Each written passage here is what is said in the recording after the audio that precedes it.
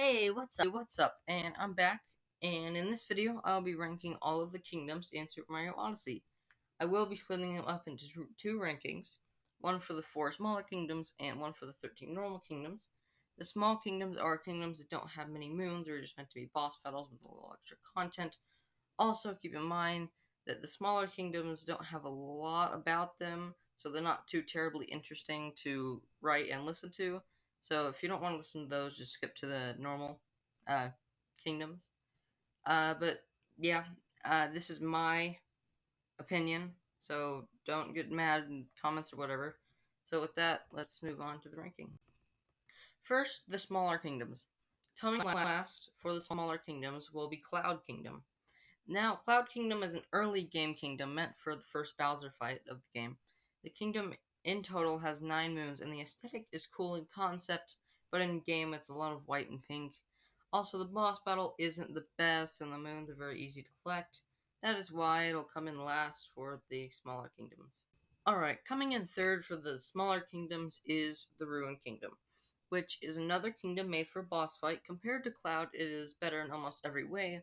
A better boss fight, 10 moons that are more challenging, and the best part of the stage is the aesthetic. It's a Dark Souls-esque world with big towers in the background and a big dragon.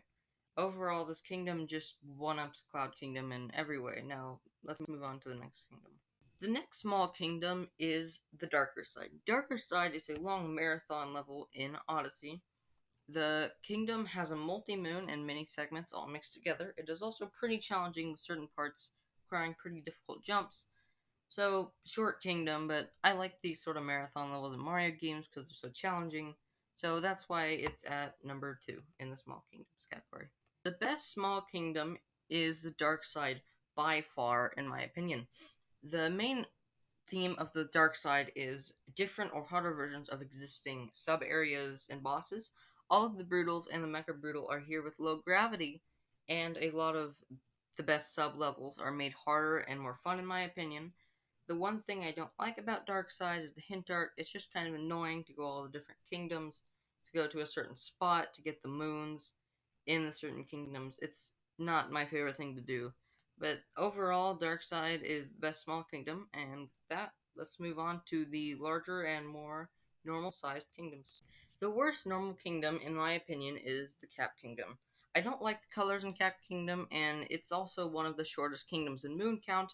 I know it is the tutorial kingdom of sorts, but it's just a bit bland, and most of the moons are too easy. The things I do like, though, are the Paragoomba. It's good capture.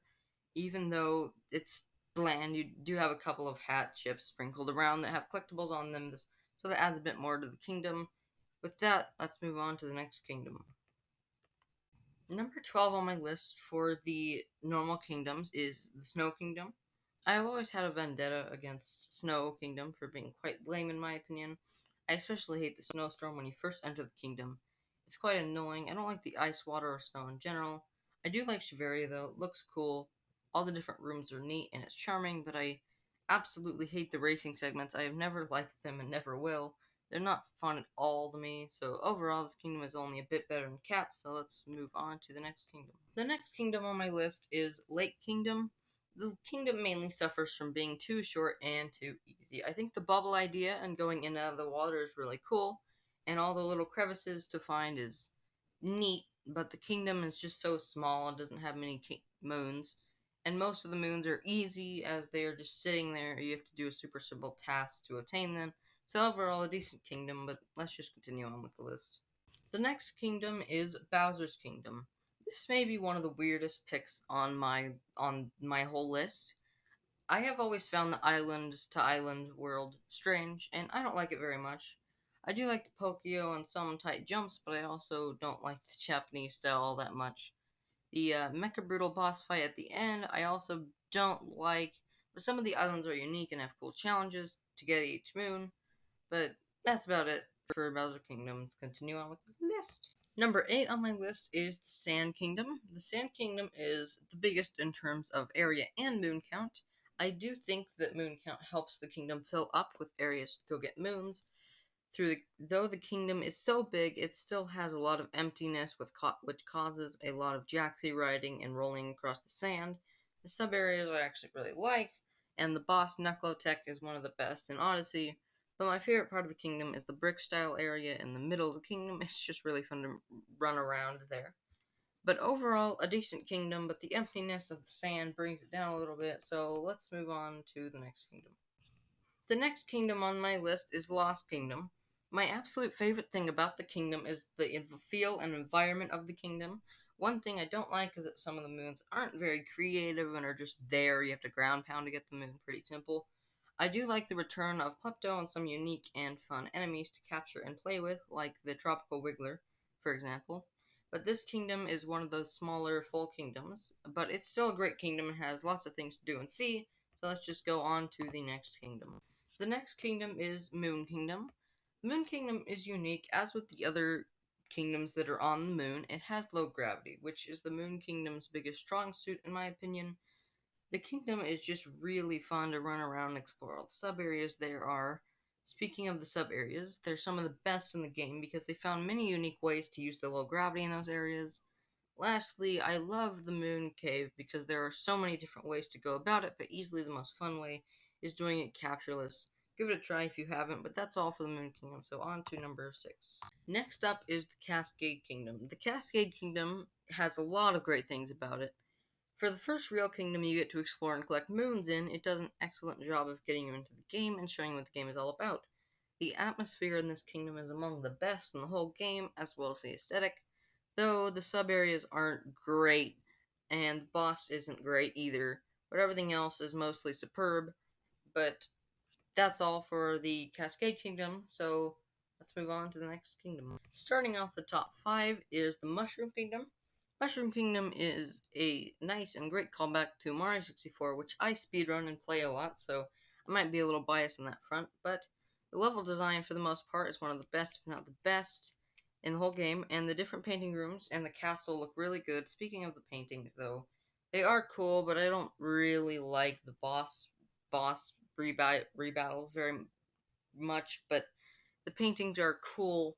Most of the sub areas are amazing, and all of the Mario 64 references are really cool and really well done. So overall, this is one of the better kingdoms. But let's just move on.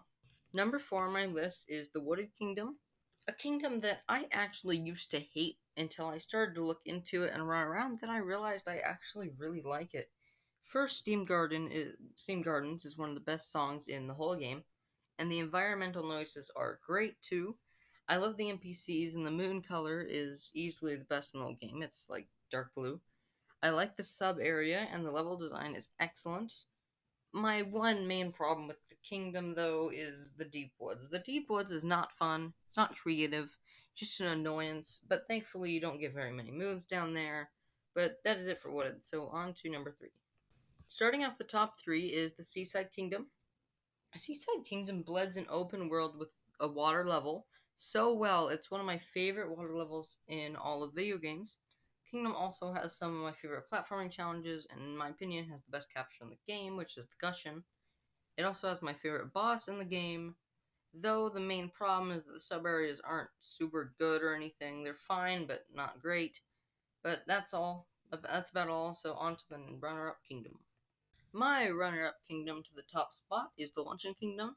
The Luncheon Kingdom is just brilliantly thought out, in my opinion. I love the food themes, and the Luncheon Kingdom is my favorite out of any other game. They use the certain foods in really amazing and different ways. It adds a lot more than you'd expect to the kingdom. The soup being lava is really smart, and it adds like food on the soup, so it got some obstacles in the middle of the lava. And going around to the different parts of the kingdom via a Podoboo is really fun. The kingdom also has one of the best bosses in the game. It has great platforming. Also, the sub areas make great use of the lava and captures in the kingdom. But yeah, overall an amazing kingdom, though I do think one kingdom is better. The kingdom that is my favorite in all of Super Mario Odyssey is the Metro Kingdom. Metro Kingdom was the main selling point of the whole game, and the kingdom definitely lives up to the expectations. Metro Kingdom is the best kingdom to just run around and jump on buildings, and trick jumps are amazing. Going into the sub areas through the doors in the buildings is a really cool idea. The sub-areas are amazing. Mecha Wigglers, again, one of the best bosses in the game. There are so many moons and coins and other things to collect. It is easily the best kingdom in the game, in my opinion. So, that was my ranking for all of the best kingdoms in Super Mario Odyssey. If you have any suggestions to improve my videos or any ideas for more videos, you can put that in the comments below. And if you like the video, you can give it a like or subscribe, and I'll do all the other YouTube stuff. But that's about all I have for this video. I hope you enjoyed, and I will talk to you again in the next video. Peace.